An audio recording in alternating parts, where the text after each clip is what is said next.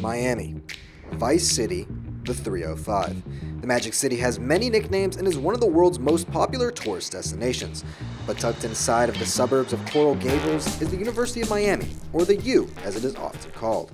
It was never meant to be a university in Miami, but the University of Miami. The University of Miami was founded in 1925 alongside the founding of Coral Gables by George E. Merrick. The real estate developer granted 160 acres and nearly $5 million to found the university.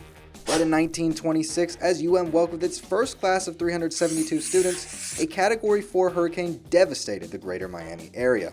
And the damage from the storm forced the university to operate out of the Anastasia Hotel, giving the school a new nickname. That's a period that's been called the Cardboard University because it had very precarious physical facilities in what was meant to be a hotel, and cardboard was used to make the necessary partition. And the university's bad fortune didn't end there. Just 3 years later came the stock market crash of 1929.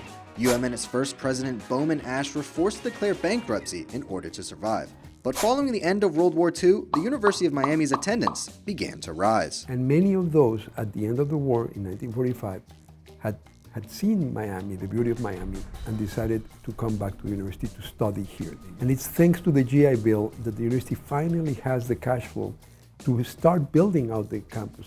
Over the next 30 years, the university experienced major growth. Under Miami's second president, J.F.W. Pearson, total enrollment increased from 10,000 to 14,000. The university also experienced major social change in 1961. The Board of Trustees voted to admit all students without regard to race or skin color, and Pearson was succeeded by President Henry King Stanford, who focused on expanding campus and increasing research at the U. And while the university grew significantly in the mid-20th century, it wasn't until 1981, when Edward T. Foote took over the presidency, that the University of Miami saw its biggest change yet, a change of reputation. This university had dual reputations, and one of them was Suntan U, a party school, and that's what a lot of people thought, and there was some truth to it. But President Foote wanted to transform the university's image and place the University of Miami among an elite group of private research universities. He decides to turn the increasingly better educational university into a research university. That meant sacrificing short-term some revenue from tuition because it meant reducing the income, the size of incoming classes, becoming selective on admissions. The phrase that was used a lot was, "We want to become the Harvard of the South." Under Foote's leadership, Miami added 3 schools to the university to give UM its current total of 12. In Miami athletics, particularly football and baseball, thrived during the 80s and 90s, bringing even more attention to the U. And the university transitioned into the 21st century on a high note. Under Miami's leadership of former President Donna Shalala and current President Julio Frank, UM has gained a prestigious membership as one of the 69 schools in the Association of American Universities.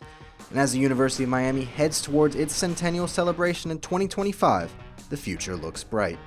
We now have a thriving university, healthy financially, sustainable, building a culture of belonging, recognized among one of the top 3% of research universities in the country, ready to continue to ascend as it enters its second century. Ryan Marshall, UMTV.